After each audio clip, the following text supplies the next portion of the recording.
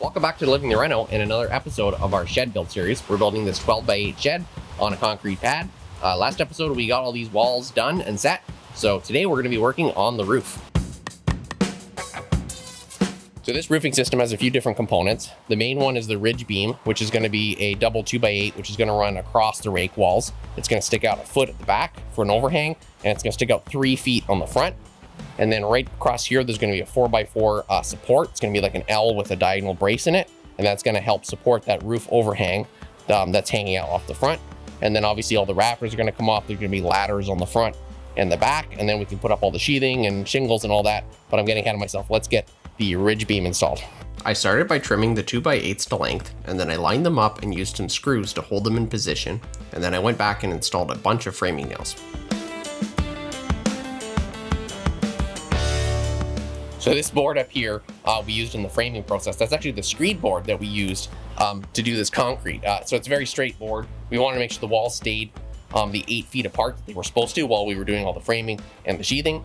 But that's where the ridge beam is going.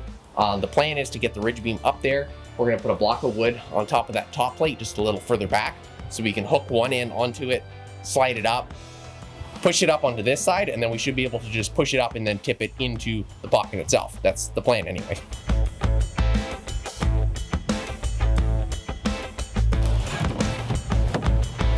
With the ridge beam in place, I secured it in the pockets with some framing nails. Now it was time to cut up and install the rafters. For whatever reason, the measurements on the plans did not match up with the shed, so it took some trial and error to get the right size and location of the bird's mouth cuts.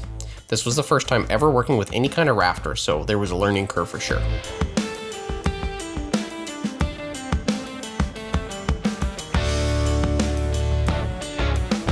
Now it was time for the front roof supports. I cut up the 4x4s to the diagram in the plans. So here's the roof support. So this is going to go along the wall. That's going to go in the notch in the top plate, and that's going to extend out. And then this is going to come brace this way, and there's going to be lag bolts holding it all together to the wall and to each other. That's going to help extend the roof, plus that ridge beam that hangs out is going to do the overhang on the front. This was actually the second time making these braces. The first time, I did not make the holes big enough for the large part of the bolt to fit through, and all of the posts ended up splitting, so we had to take them down and redo them.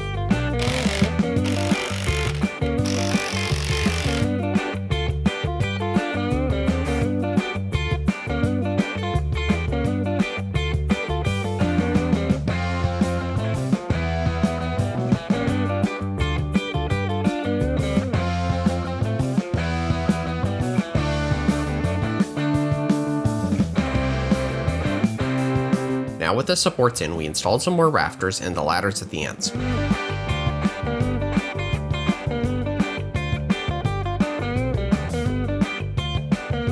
To further secure the rafters, I installed some adjustable rafter hangers to the ridge beam and some L brackets to attach them to the 4x4 supports.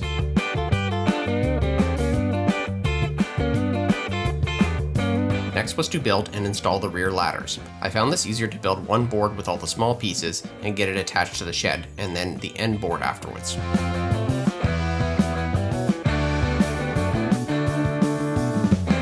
Now it was time to install the fascia board. This caps off the end of all the rafters, and it makes a surface for the finished flashing to attach to. I secured all the rafters on the inside area with hurricane ties to the top plate and adjustable rafter hangers to the ridge beam.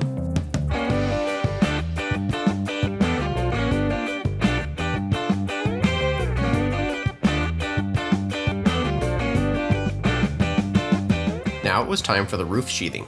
These got cut to length and then lifted up and installed in place.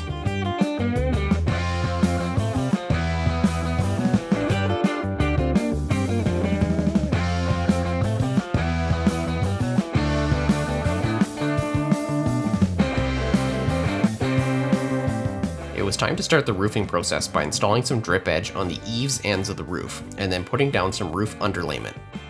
After that, the drip edge gets installed on top of the underlayment on the rake edge. Now it was time to install the asphalt shingles.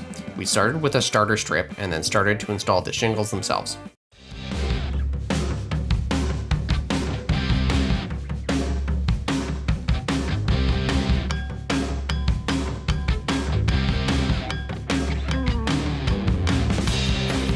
We also installed 2 passive roof vents near the top of the roof to give the shed some airflow. The soffits will be vented below to let the air flow through the shed and then out of these vents.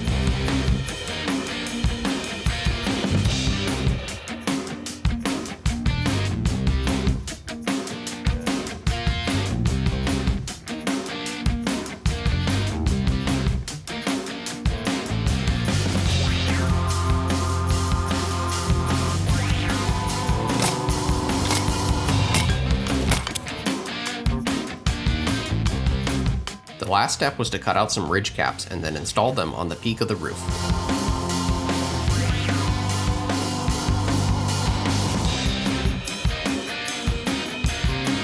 The last piece got some roof sealant first, then I drove nails through the top face and then put sealant on top of the nail heads to finish it.